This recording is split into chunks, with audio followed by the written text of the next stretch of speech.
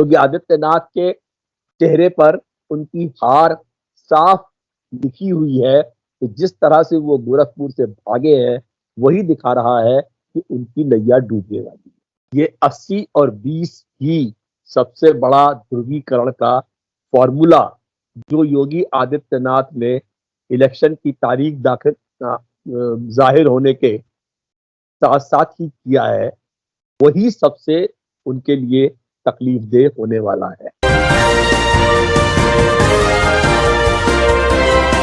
नमस्कार, आदाब। मैं खुशबू अख्तर और आज इस इंटरव्यू के मायने अपने आप में बढ़ जाते हैं, जबकि यूपी की सियासत में जिस तरह से भारतीय जनता पार्टी का जो जहाज, टाइटैनिक वाला जहाज है, अब डूबने की कगार पर है।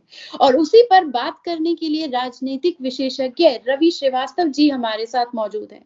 रवि सर, कोई भूमिका नहीं, लेकिन साफ दिख रहा है कि भारतीय जनता पार्टी का जो टाइटैनिक वाला जहाज था वो डूबता हुआ नजर आ रहा है। कैसे देखते हैं आप? देखिए खुशबू, इलेक्शन से पहले पार्टियों में भगदड़ मचना एक आम बात है। बहुत सी राज्यों के चुनाव में आप ये चीज पहले भी देख चुके होंगे।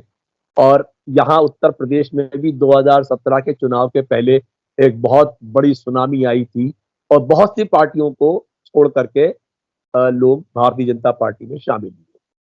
तो ये एक नेचुरल फिनोमिना है। पर जिस तरह की बात औरों में होती है, मतलब भगदड़ विपक्ष में मचती है, उसके बजाय यहाँ एक उल्टा काम ये हो रहा है कि भगदड़ रूलिंग पार्टी में मची है। मतलब जो पिछले 5 सालों से सत्तारूढ़ थे वहां पे, भगदड़ उनकी पार्टी में मची है। और भगदड़ भी उन लोगों की है जो एक खास वर्ग से आते हैं। हमारे दलित, शोषित, कुचले हुए लोग और जो लोग अंडर प्रिविलेज्ड हैं, जो सब सालों से सताए हुए लोग हैं, उस तरह के लोगों का जो ग्रुप है, वो एक बड़ा ग्रुप। आप देख चुके हैं कि 3 मंत्री और 11 एमएलए, अब तक 14 लोग पार्टी को छोड़ चुके हैं। और ऐसा कहा जा रहा है कि अगले आने वाले दिनों में, आने वाले दिन क्या मतलब, आप कल परसों में ही देखेंगी कि जैसे ही भाजपा की लिस्ट अनाउंस होगी, मैं समझता हूं कि कम से कम 1 दर्जन लोग अभी और छोड़ के जाने के कगार पे बैठे हुए हैं।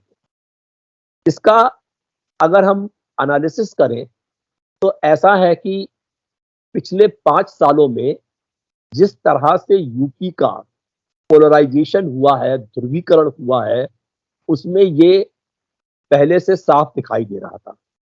भाजपा को ये बात मालूम थी कि ऐसा होने वाला है, पर भाजपा के पास इसको हैंडल करने के लिए कोई रणनीति नहीं थी, क्योंकि वो चीज उनकी बेसिक आइडियोलॉजी, जो उनका हिंदुत्व का एजेंडा है, उसके ही खिलाफ जाती। इसलिए वो इसके बारे में कुछ कर नहीं पाए। और ये हमारे जो लोग छोड़ के आए हैं, ये एक बहुत बड़ा वर्ग है, एक बहुत बड़ा एक वोट का परसेंटेज है, वोट बैंक है। और आप इसका परिणाम 10 मार्च को जरूर देखेंगे। आपने कहा परिणाम हम 10 मार्च को देखेंगे, लेकिन योगी आदित्यनाथ जी तो साफ तौर पर कह रहे हैं कि ये लड़ाई 80 बनाम 20% की है और आप कह रहे हैं परिणाम कुछ और होगा।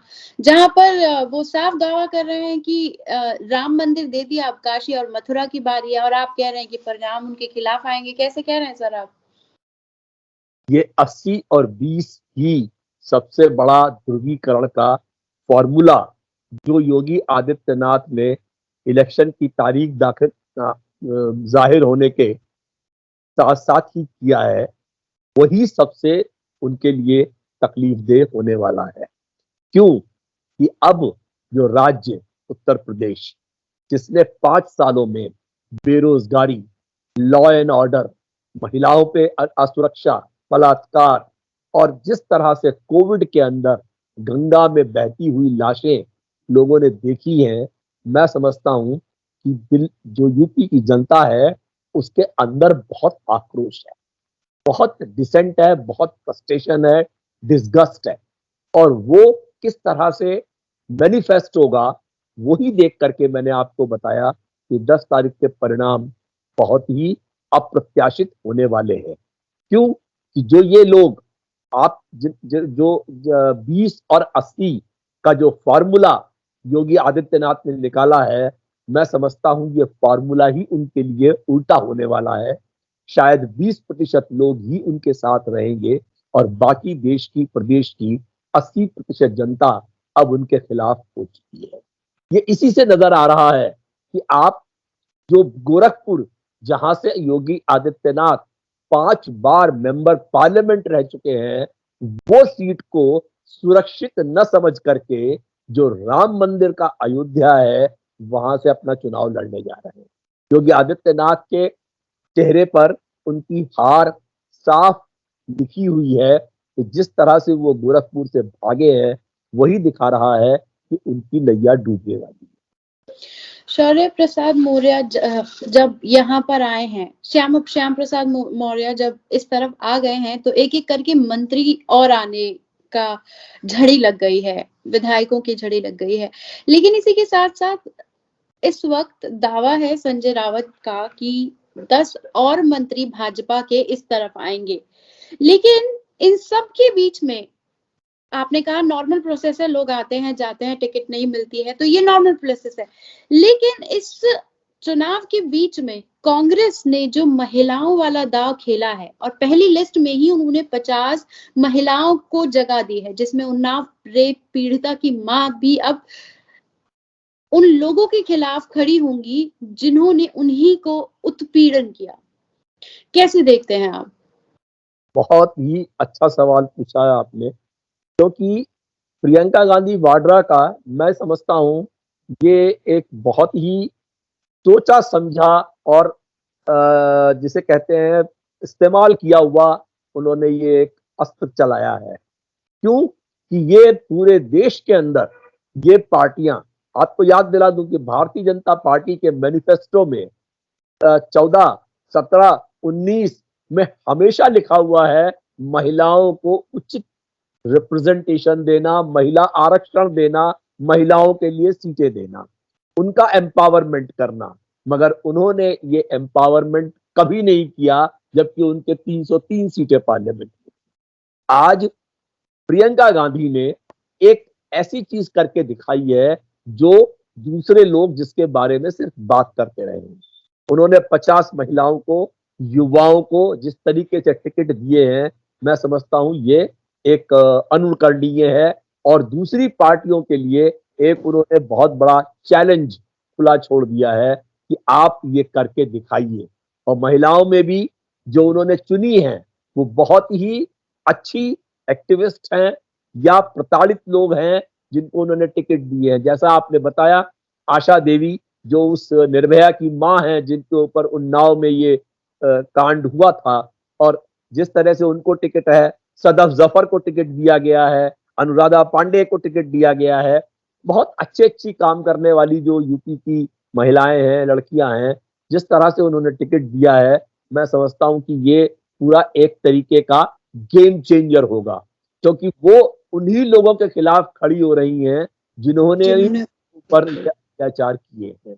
बिल्कुल सर, इसमें एक सवाल और बनता है। मैं भारतीय जनता पार्टी की बात नहीं कर रही हूँ, उन्होंने जो किया वो सबके सामने है, लेकिन महिला आरक्षण की बात तो हर पार्टी करती है, चाहे जितनी भी पार्टियां हो। लेकिन आज के वक्त में जब हम 2022 में पहुंच गए हैं, फिर भी महिलाओं के लिए सिर्फ बातें हैं, जमीनी हकीकत में कुछ नहीं है। एक सीट दे देने पर तो इतना बड़ी बात हो जाती है कि हमने सीट दे दी, लेकिन जब बात भागीदारी की आती है तो क्यों ऐसी सत्ता हिलने लगती है कि महिलाएं अगर आगे आ गई तो पता नहीं क्या हो जाएगा।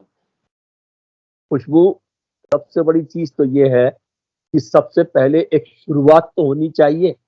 अगर आप को टिकट ही नहीं दोगे तो वो कैसे, क्या इंडिपेंडेंट खड़ा होकर के अपने आप को साबित करने की कोशिश करेगा? ये शुरुआत बड़ी चीज है। आप मौका दीजिए। आज वक्त उस चीज का नहीं है कि आप उनके लिए एक टॉयलेट या एक पुलिस स्टेशन बना दीजिए। आज की महिलाएं एम्पावरमेंट मांगती हैं, अपनी सत्ता में हिस्सेदारी मांगती हैं, और उसके लिए वो अपनी दावेदारी पेश करने के लिए तैयार है। वो तैयार हैं उस समाज से लड़ने के लिए जिस समाज ने आज तक उनको उपेक्षित और साइडलाइन रखा है। आप देख रहे हैं कि 2014, 2017, 2019 में महिलाओं का जो वोटिंग परसेंटेज है वो लगातार बढ़ता जा रहा है। इसलिए आज इस चीज की सख्त जरूरत है कि उनको उनको उनका हिस्सा दिया जाए, उनको उनके साथ बराबर खड़ा होने के लिए उनको पूरी ताकत दी जाए, जिससे कि वो लड़ सके। ये ठीक है कि एक टिकट, एक सीट दे देने से कुछ होने वाला नहीं है, पर सच्चाई ये है कि जो शुरुआत है वो बहुत जरूरी है, और ये दूसरों को चैलेंज देगी, ये दूसरों को डिफेंसिव पे डालेगी कि आप भी हमारे साथ इस तरीके से महिलाओं को ही जो उनका हिस्सा है वो उन्हें दीजिए, उन्हें टिकट दीजिए और उन्हें लड़ने दीजिए। जीतना और हारना तो राजनीति में चलता ही रहता है, एक बार नहीं तो दूसरी बार, मगर ये शुरुआत बहुत जरूरी है। हमसे बात करने के लिए बहुत बहुत शुक्रिया सर।